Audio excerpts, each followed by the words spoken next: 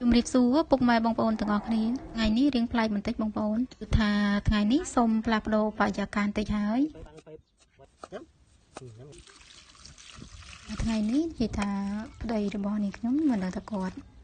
គិតអីទេណាស្រាប់តែឃើញសុកគឺគាត់ចង់ញ៉ាំមីគីឡូបងប្អូនហើយអញ្ចឹងចាំកាលទៀតគឺថាមានតែរៀបចំជូនប្តីអញ្ចឹងណាបងប្អូនចាអញ្ចឹងថ្ងៃក៏កាន់តែជ្រេទៅមុខហើយសូមអញ្ជើញបងប្អូនទាំងអស់គ្នាចាអញ្ជើញចូលរួមធ្វើម្ហូបជាមួយនឹងខ្ញុំទាំងអស់គ្នាចាអញ្ចឹងយើងមានមីកន្លះគីឡូហើយនឹងពងទាចំនួន3គ្រាប់ចាហើយសាច់គោនេះខ្ញុំទិញតែ 5,000 រៀលទេបងប្អូនបន្ទាប់មកមានដើមខាត់ណាចំនួន3គល់ឥឡូវខ្ញុំចាប់ផ្ដើមឆាពងទាមុនគេមើលកូនត្រេនហ្នឹងប៉ាគេបងប្អូនអង្គុយមើលម៉ាក់ធ្វើម្ហូបឥឡូវនេះខ្ញុំចាប់ផ្ដើមដាក់ខ្ទឹមសបំពងឲ្យរៀងឈ្ងុយសិនបន្ទាប់មកយើងដាក់សាច់គោចូលនាងខ្ញុំបន្ថែមទឹកត្រីបន្តិចម្សៅរ៉ូឌីបន្តិចចេងហើយនឹងស្ករជាចុងក្រោយនាងខ្ញុំថែម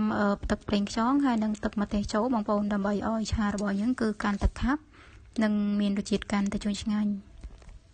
ឥឡូវនេះយើងចាប់ផ្ដើមដាក់បន្លែចូល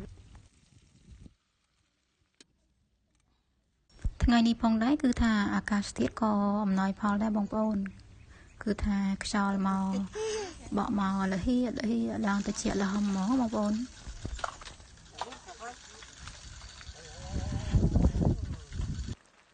ចាត្រង់ចំណុចនេះនាងខ្ញុំបានបន្ថែមទឹកបន្តិចណាបងប្អូនតែវគ្គមុននាងខ្ញុំផ្លេចថនអញ្ចឹងណាបន្ទាប់ពីភ្លក់ហើយឃើញថារៀងស្ទើរប្រៃអញ្ចឹងក៏ខ្ញុំថែមអំបិលបាញ់ចប់ឥឡូវនេះយើងចាប់ផ្ដើមដាក់មីចូលបាន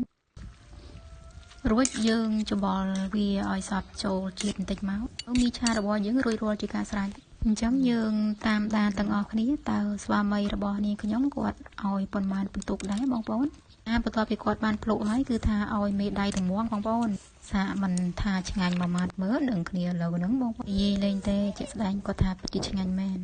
និយាយពីអ្នកម្ដាយក្មេងខ្ញុំវិញបន្ទាប់ពីវិសាគឺថាមានកម្លាំងបលែងលេងជាមួយចៅតែម្ដងបងប្អូន